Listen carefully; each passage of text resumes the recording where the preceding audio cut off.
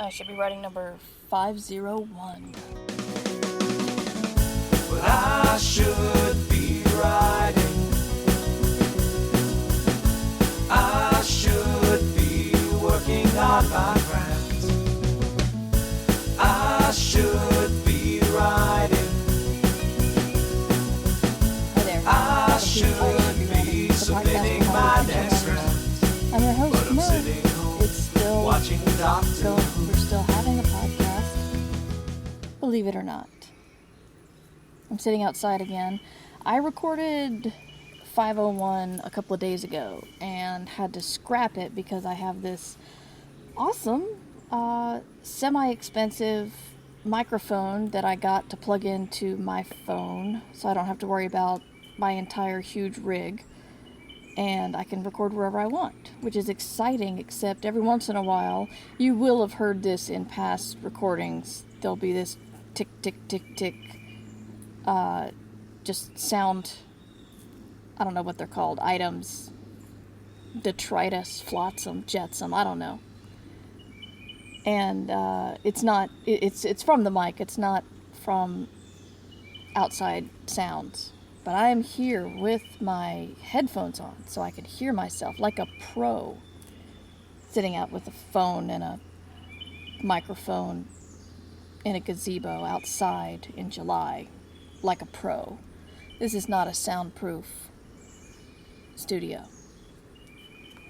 But I do have birds. I recorded to talk about just stuff going on with me. It's hard. It's really hard to have a podcast about writing and not just talk about how absolutely terrible everything is, because the absolutely terrible stuff affects my writing. It is affecting my writing. This past month has been mostly me struggling with migraines and the coming to terms with the whole ADD thing.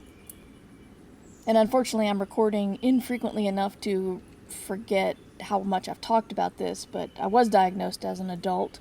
I have tried medication. It doesn't seem to be the magic bullet that everyone else says it is. I'm trying it again now, because last month was just awful. I get mad when I think about the things I am doing to improve my life. You know, people say if you're not... I'm moving beyond clinical, medical problems like diagnosed anxiety, diagnosed depression, stuff like that. But, you know, if you're flailing about in life, or you're not sleeping well, or your mood is just kind of cranky, or you can't focus, well, let's start with the health stuff. Let's eat right, let's exercise, let's cut back on alcohol, let's sleep more. And I've been doing a lot of those things, and I'm not getting many benefits, and I feel like I'm doing the work. Where's my cookie? My husband tells me that it doesn't all come at once, and I have to be patient. But I want my cookie. And I can't eat cookies because said health stuff I mentioned. It's been a rough week in science fiction, fantasy, pro wrestling, TV, comics, where it's come out that a lot of people have done some pretty nasty things. And there have been a lot of detailed reports. And it's kind of scary. It's good that it's coming out. Matt and I talk about this on the latest Ditch Diggers, where we talk about, well, it's kind of lancing a boil. Yeah, we're all covered with pus now, but at least some of the infection's gone. But it's getting uncomfortable because it's not looking like every story checks out.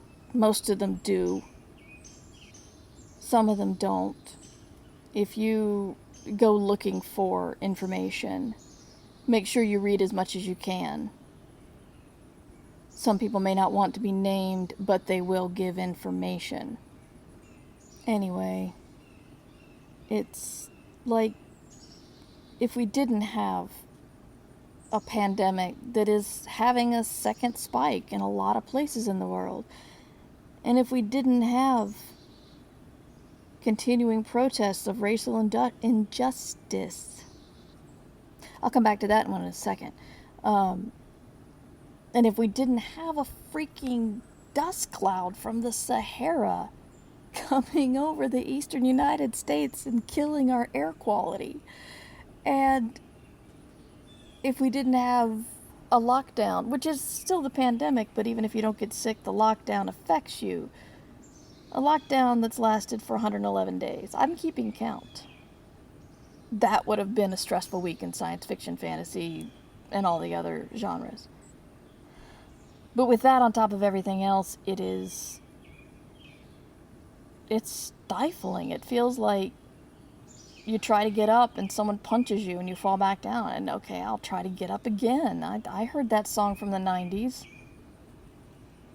I'll get up again.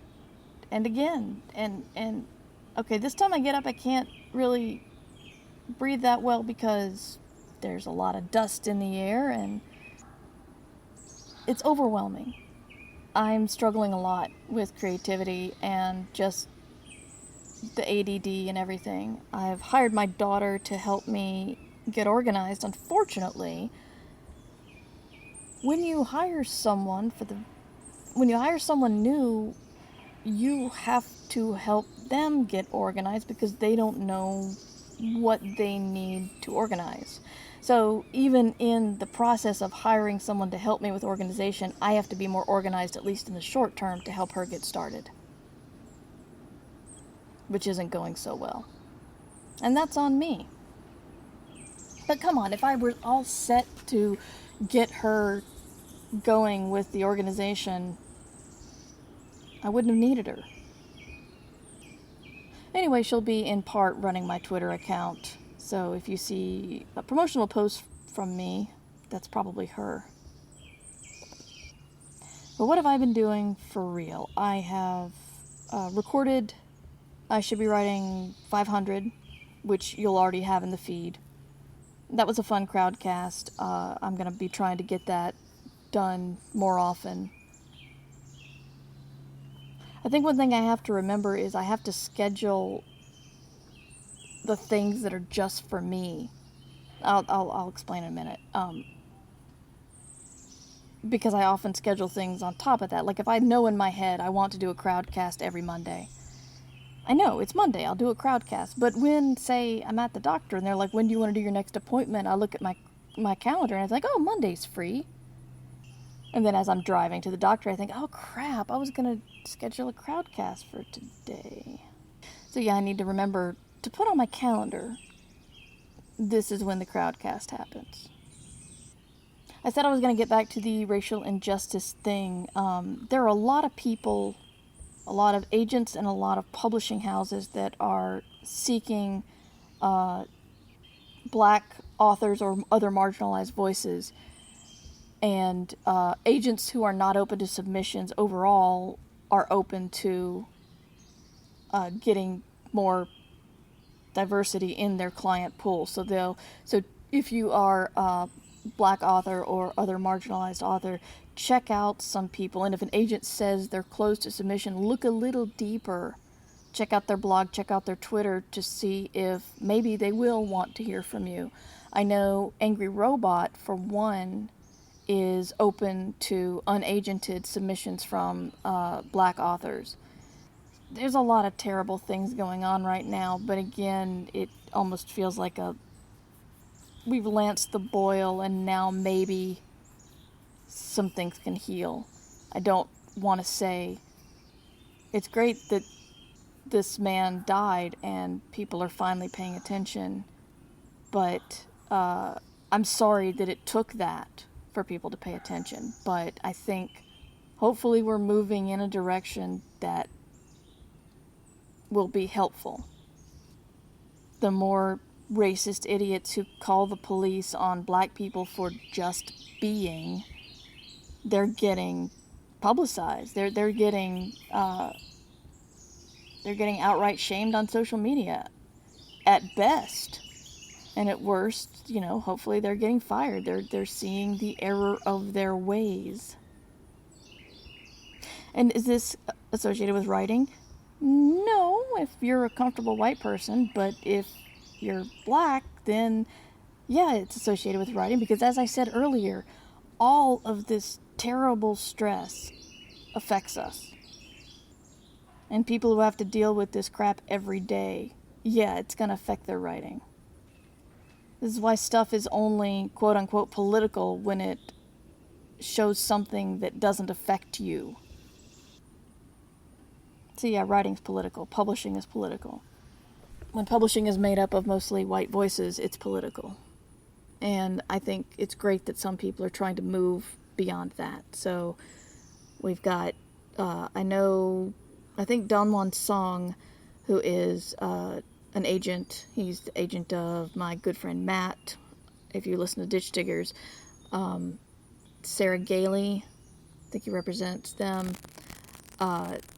Anyway, I believe he's open to, closed to submissions for most people, but open to black authors. And check out Angry Robot too.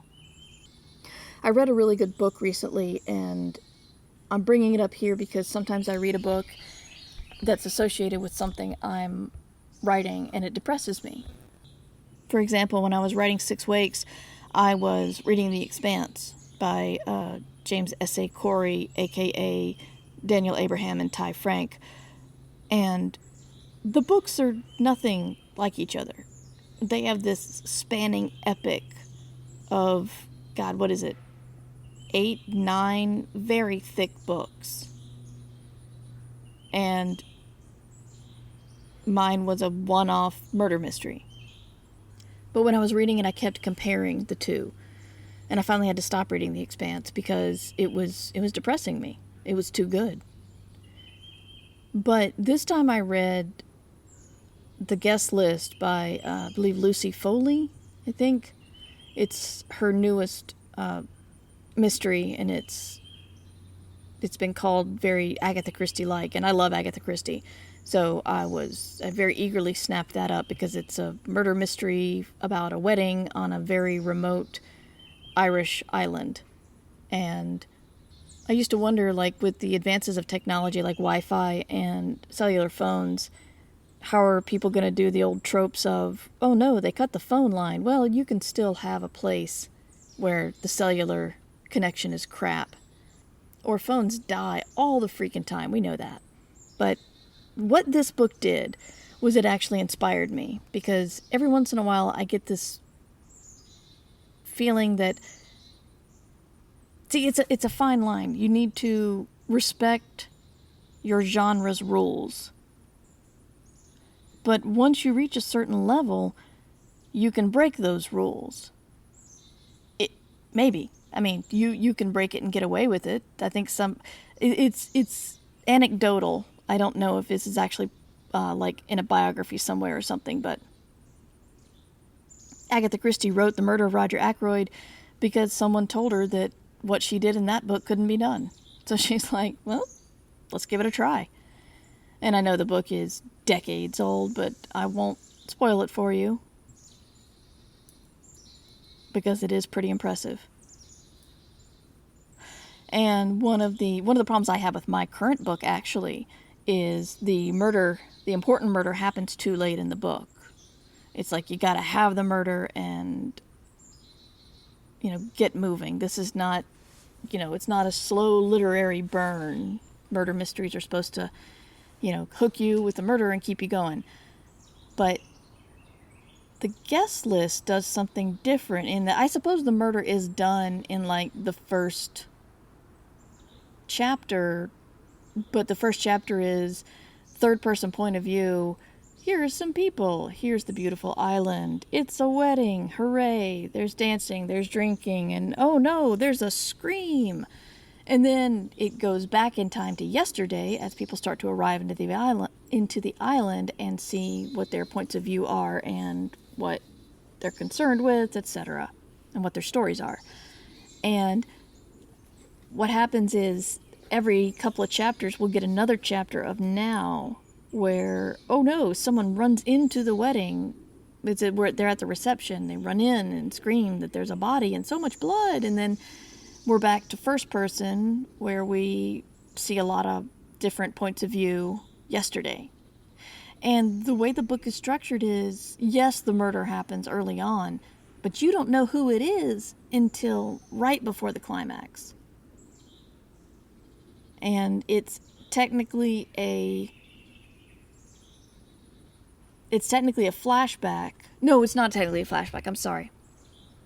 They find the dead body and they identify who it is, and then the next chapter is the very slight flashback of an hour before, where you actually see the murder happen.